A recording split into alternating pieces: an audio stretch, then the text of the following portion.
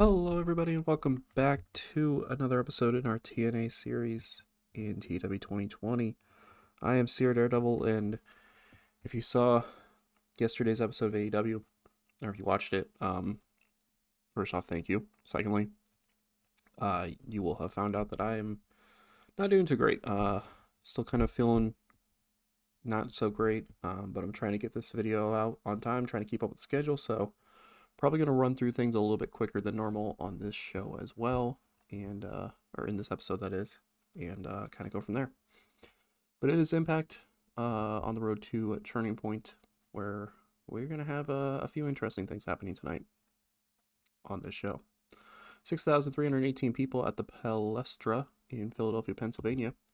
We open up with an 86 rated segment, which is, to my knowledge, right off the top of my head, one of the higher rated segments we've had in this save so far, which is absolutely crazy. And the craziest part is it's Magnus that's the cause of it. As Magnus opened up Impact with a promo where he essentially says that he's going to be cashing in his title match that he earned at Bound for Glory at Turning Point in 2 weeks' time. So, 2 weeks' time from now, or technically 10 days from now, is when we have Turning Point. No, sorry, not 10 days, 17 days. My head's not working right now.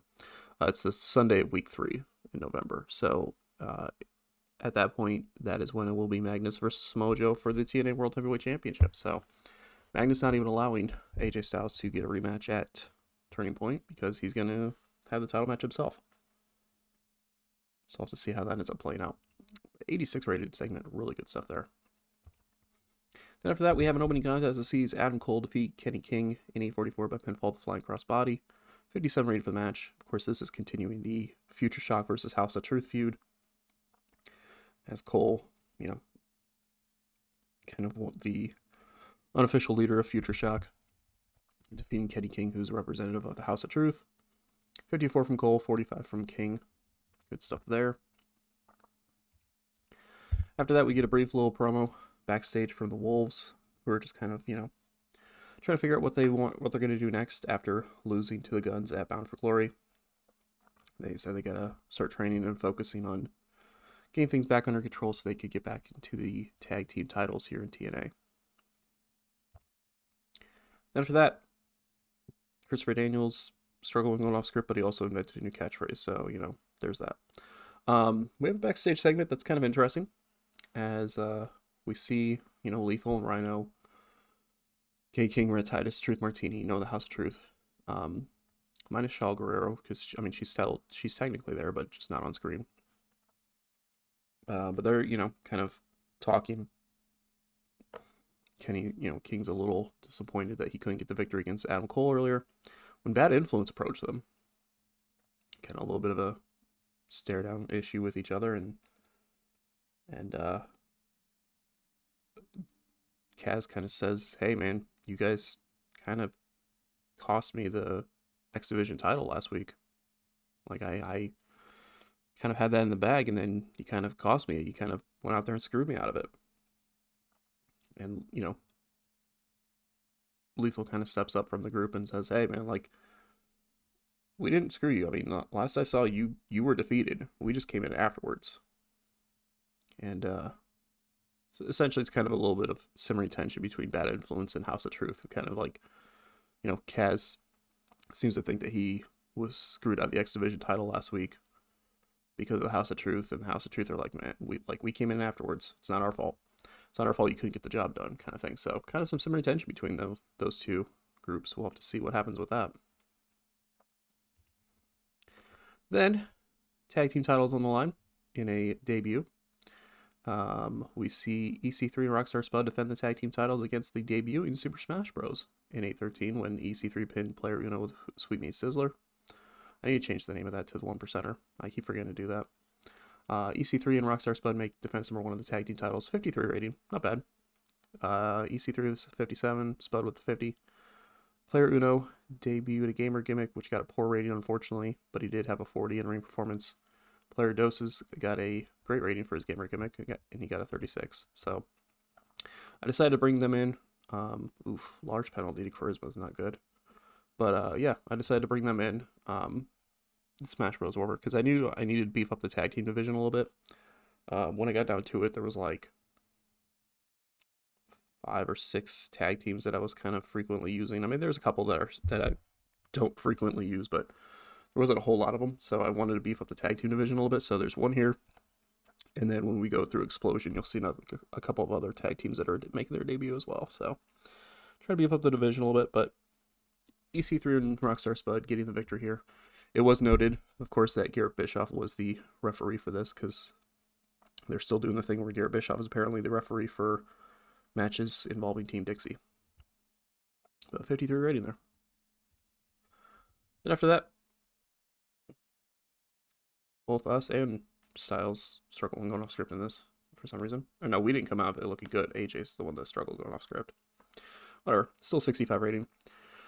As AJ Styles and Kurt Angle approach us backstage about Turning Point, they say, hey, we wanted to figure out which one of us was going to get their hands on Joe at Turning Point, but now Magnus stepped in, and Daredevil's like, man, I didn't want it to happen, but there was nothing I could do. I mean, Magnus and Mickey James won the match at Bound for Glory, granting them a title shot anytime through the end of the year, as long as they announce it 1 week in advance. Like, there was nothing I could do about it. But I will, I get the frustration. I do. So what I will do is I will do something else for you guys next week. Just because Joe's busy at Turning Point doesn't mean that he's busy next week. So next week, I will make a match with you two teaming up against Samoa Joe and whoever he could find as a tag team partner. So 65 rating here. So there you go. Big match for next week, as we'll have to see if Joe can find a tag team partner to take on Kurt Angle and AJ Styles in the Impact main event. We get a backstage segment with the Machine Guns and the Beautiful People. Of course, Velvet, Sky, and Chris Sabin still linked together on TV. So they're just kind of, Guns are kind of bragging about their victory at Bound for Glory. Sky's kind of bragging about the fact that she's the Knockouts champion. And they reveal that they're going to sit down and watch backstage because up next is a 10 knockout battle royal to determine who will be taking on Velvet Sky at Turning Point, as Mickie James will not be using her title match at Turning Point as of right now. So we're going to get a 10 knockouts battle royal to determine who will be the number one contender for that belt. On top of that, because I forgot to mention it during the Magnus thing, there is also a Fatal 4-Way matchup later in the night to determine who will be taking on Roderick Strong for the X Division title at Turning Point. And then the main event is going to be a very interesting big one, as it will be Shelton Benjamin going one-on-one with Jeff Hardy. So that should be a very good main event. But yeah, so this got a 54 here. The Battle Royal is up next. Gets 47. As ODB wins in 10:06. Cheerleader Melissa, Gail Kim, and Portia Perez were the final four, with Melissa being the last one. Gail Kim got the most eliminations. A little bit of a story here. Candice was really off her game, but whatever. Kind of a little bit of a story here. It was more of just, obviously ODB and Gail Kim were going at it for a while in this match because, there are issues. Even though technically kind of got resolved at Bound for Glory, they're still having issues with each other. Cheerleader Melissa, of course, wanting to fight to get a title match. Not only have a Knockouts title match just to try to keep her in that respect, but at the same time, her ally, friend, whatever you want to call Madison Rayne at this point with these two, because it's kind of an uneasy alliance, but they, she wanted to kind of do well by her and get that title match, so she could get some revenge on Velvet for Velvet taking the title from Madison Rayne. Portia Perez, was just kind of got to figure out something for her at this point since, I believe I told it on screen, but Mercedes Martinez got hired by WWE, so she's basically gone out of here. So now I got to figure out something singles wise for her. So I decided to, have her in the final four of this to kind of give her a little bit of a push. But Kim and Perez got eliminated by Melissa and ODB, and then it came down to the two of them. And after a little bit of back and forth, ODB ended up getting the victory. So ODB is going to be taking on Velvet Sky for the Knockouts Championship at Turning Point. We'll have to see how that ends up playing out. 65 rated segment up next, as Madison Rayne not confronts Maria Kanellis, but she kind of approaches her backstage and says, "Hey, can I ask why I wasn't in that battle royal?" Maria's like, "Well, your former knockout, you just won the champ, or you just lost the championship. Like, we wouldn't have you in a battle royal for it." And Madison's like, "Okay, well, if I'm not going to be in the battle royal for it, then when do I get my rematch for the title?" And Maria's like, "Well, I'm working out the details behind it because there's some complications that have come up about it." And Madison's like, "What are you talking about? Why I can't get a rematch for the Knockouts Championship that I just lost at Bound for Glory?" Marie's like, "Trust me, I'm on your side about this. We got to clear some things up.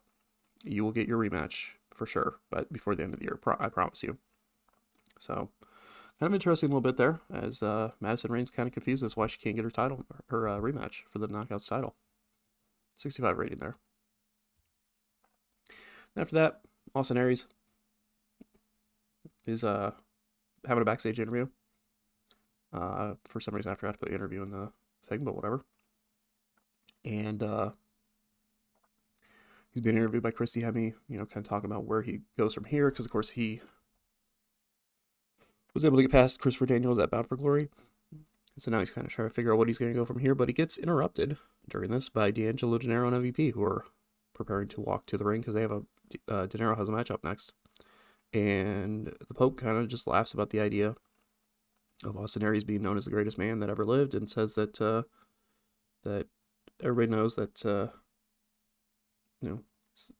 calling yourself the greatest man that ever lived is nothing compared to being a pope. And the two kind of, De Niro and MVP kind of walk off, and Aries kind of stares at him a little bit. So potentially setting up something between those two. We'll see. But 70 rating here. Match there gets a 64, as De Niro gets a victory over Anthony Corelli in 646 by pinfall at the DDE.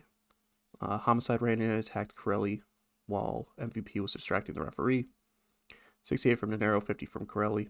Yeah, it was continuing the Strong South Thugs versus Corelli and Hero storyline, while also getting De Niro a victory, because he potentially has something coming up for himself. Four-way matchup sees 62 rating, which is really good. As this was a match, this was the Fatal 4 matchup to determine the number one contender. The rules behind this matchup was that you had to have been a former X Division champion in order to be in this match. Brian Kendrick, of course, won it back in 2008 during one of his first runs in TNA. Zema Ion just had the belt a couple of years ago. Eric Young obviously has had the belt back in the day because he's won basically every championship in TNA except for the world title at this point. And then Paul London, of course, was the champion before he lost it to Kazarian, who then lost it to Roderick Strong. It's got a 62 rating, though, and it saw Zema Ion get the victory over Eric Young with a Bible Black there. So Zema Ion will be challenging Roderick Strong for the X Division Championship at Turning Point. So that should be a pretty good matchup there. Paul London was head and shoulders over everyone. He had a 63. Eric Young was weakening. He had a 41. But yeah, it should be interesting to see Zema Ion get a shot at the X Division title. We'll have to see how that plays out. Then we get an in-ring promo from Samoa Joe, who apparently did not do well without a script, which is weird, but whatever.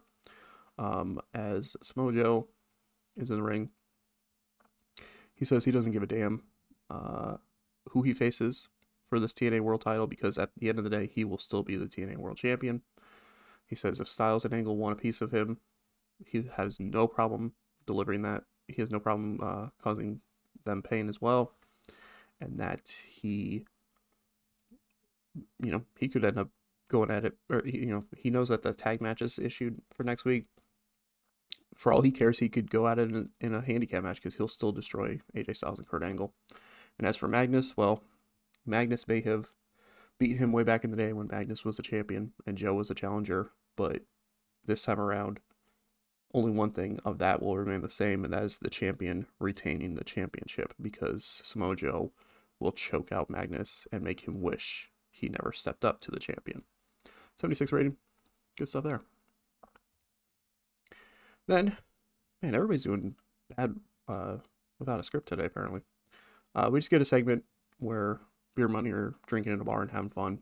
It's kind of just a way to get them on screen, get them a little bit of stuff here. Only got a 51 rating, which is really disappointing. James Storm didn't do well with that script. Expected a little bit better from them, but it's fine. It was just a fun little segment that was kind of getting beer money on screen, and at the same time, it was kind of putting something out there because like now they're not even at the arena tonight, like they're out at a bar, so it's still continuing this whole like what's going on with beer money, what are they going to end up doing here in TNA because they haven't really been doing much and they're kind of showing frustration about that. And then our main event gets a 75 rating. Very good stuff there. The main is in a good matchup. Shelton Benjamin defeats Jeff Hardy in 13:30 by pinfall with a pay dirt, thanks to distraction from Dixie Carter. 75 rating for the match, 73 from Benjamin, 60 from Jeff Hardy, who's really off his game, which sucks, but, I was hoping for better. I'll take 75, I'm not going to complain about that. But I was hoping for a better in-ring performance from Jeff Hardy, but unfortunately he was really off his game. So, yeah, 75 rating, as Dixie caused a distraction, which kind of shows that Team Dixie's not done with Jeff Hardy at this point, even though he beat Abyss. Maybe there'll be some other, I guess in their mind, some other consequences for it. We'll see, but Shelton Benjamin able to get the victory here at the main event of Impact. 75 rating for the show. Really good stuff there. Very impressed with how that show played out. We will show you what happened on Explosion and show the show ratings and kind of go from there. Brain's still kind of a bit foggy all over the place right now. Well, that's a thing that just happened. Full Impact Pro has hired Dave Bautista. So that's the thing that just happened. They also hired Spud, who apparently I don't have who I apparently have only on a handshake deal. That's fine though. I'm not too worried about that. Right. So ratings. 75 rating from us. 1.4 million viewers. NXT had a 54 this week. Saw Nick Dinsmore and Yoshitatsu defeat Team Crime in a ladder match. I'm not sure who Team Crime is. Oh, of course, Baron Corbin and Aiden English, of course. So there's that. Ring of Honor had a 53. Saw Silas Young, Scott Steiner, and Bully Ray defeat Josh Barnett and Adrenaline Rush, which is Tadarius Thomas and ACH. Alright. Interesting stuff. But yeah, there's that. We'll look at Explosion really quick here. I got a 46 rating. As the first match, we saw the Strong South Thugs defeat the debuting Bravado brothers. Harlem and Lance Bravado are here in TNA. And they took a loss, but, still looked okay as a tag team. Not great. Harlem they both had 31s, so it's going to take a little bit of work for them, but we'll get them there. Santana Garrett defeated Mercedes Martinez, like I mentioned. Martinez is on her way out, so not too worried about her taking losses at this point. The debuting Kana defeated Taryn Terrell. Kana, of course, obviously, future Asuka. She had a 40 in-ring performance. The reason why this was on Explosion, because I thought about debuting her in the Battle Royal, although, I wanted to have her actually win. But I thought about debuting her on Impact over in something, but she's currently on important status right now, so unless I had her go over a recognizable face, which, to be fair, the only recognizable the only face knockout that I have that's higher than unimportant right now is Madison Rayne. So I would have had a match that would have suffered on Impact. So we'll have Kana kind of do this like run on Explosion and kind of go from there. And then in the main event of Explosion, another tag team debuted as the Briscoes are here in TNA, and they defeated All Night Express. So the Briscoes are here. We'll have to see what they end up doing. 55 from Jay and 53 from Mark in this match. So there's that. So a few tag teams making their debut here in TNA, and we'll have to see where things go from there. But that's gonna do it for us. Thank you all for watching. Definitely appreciate it. Hopefully you are excited as we are on the road to Turning Point in the series, and we will catch you in the next episode.